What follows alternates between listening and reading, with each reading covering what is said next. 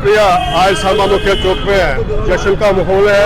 यहाँ पे ढोल बाजा और पटाखे चलाए जा रहे हैं, मिठाई बांटी जा रही है। जितने भी हमारे सामा डिस्ट्रिक्ट के कार्यकर्ता हैं सब जहाँ पे पहुँच के, और एक तो देवांशी राणा का जो उन्होंने काफ़ी वोटों से जीत हासिल की है, उसके चलते उन्होंने सब लोगों का जो मन जीता था, उसके चलते उन्होंने काफ़ी सारे वोट लेके वो जीती हैं। और साथ में बिहार की अगर बात करूं तो बिहार 200 सीट से आगे चल रहा है, और बिहार में शाम तक रिजल्ट क्लियर हो जाएगा, और वहाँ भी बिहार भी हम जीतेंगे।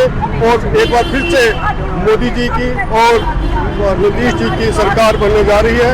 उसके चलते हम सब लोगों का शुक्रिया अदा करते हैं जिन लोगों ने भाजपा का साथ दिया और भाजपा का दामन थामा है। हम एक बार फिर से दिखा दिया मोदी जी का जलवा अभी भी बरकरार है। मोदी है तो मुमकिन है। जय हिंद, जय गुजर। आज जो नगरोटा में जो जीत हुई है दिव्यानी राणा जी की, ये एक बहुत ही ऐतिहासिक जीत है। इसी के साथ साथ बिहार में जो चुनाव हुए आज उसकी भी जीत हुई है। और सबसे पहले तो मैं नगरोटा वासियों को बहुत बहुत बधाई देता हूं कि उन्होंने सही टाइम पे सही निर्णय लेकर के सही अपना जो मतदान जो है वो अपना किया है, और उन्होंने भारतीय जनता पार्टी को वोट किया। और दिव्यानी राणा जी की आज जो ऐतिहासिक जीत हुई है, इसके ऊपर फिर एक बार मैं नगरोटा वासियों को बधाई देता हूं। इससे बिल्कुल साफ है कि जो भारतीय जनता पार्टी है उसका कार्यकर्ता जो है वो हर रोज लोगों के बीच में रहता है। कुछ जो सियासी पार्टी है वो चुनाव के दौरान ही लोगों के बीच में आती हैं। और सबसे बड़ी बात यह है कि जब हमारे स्वर्गीय देवेंद्र राणा जी का देहांत हो गया, उसके बाद उनकी बेटी जो है वो लगातार नगरोटा वासियों के बीच में रही, उन लोगों के बीच में रही, उनका हर एक दुख सुख में उनके साथ शामिल हुई। आज तभी जाकर के जैसे ही उनके पिताजी ने वहां नगरोटा में काम किया था, उसी के आधार के ऊपर दिव्यानी राणा ने भी ये साबित कर दिया 1.5 साल के अंदर अंदर कि वो भी उनके नक्शे कदम के ऊपर चल रही है। तभी जाकर के आज लोगों ने उनको बहुत ज़्यादा वोट दे करके उनको वहाँ से विजय बनाया। इसके साथ ही जय हिंद, जय भारत। शुक्रिया।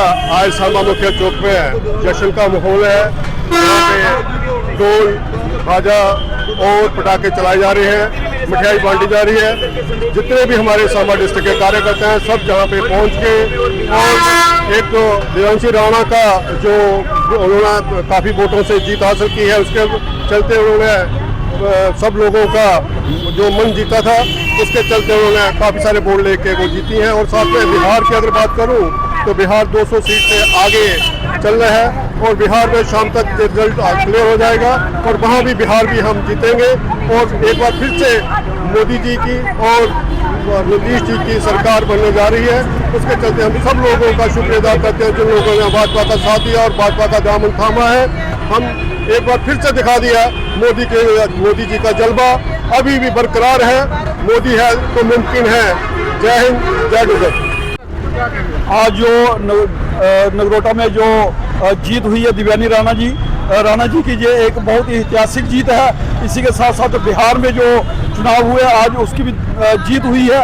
और सबसे पहले तो मैं नगरोटा वासियों को बहुत बहुत बधाई देता हूं कि उन्होंने सही टाइम पे सही निर्णय लेकर के सही अपना जो मतदान जो है वो अपना किया है, और उन्होंने भारतीय जनता पार्टी को वोट किया। और दिव्यानी राणा जी की आज जो ऐतिहासिक जीत हुई है, इसके ऊपर फिर एक बार मैं नगरोटा वासियों को बधाई देता हूं।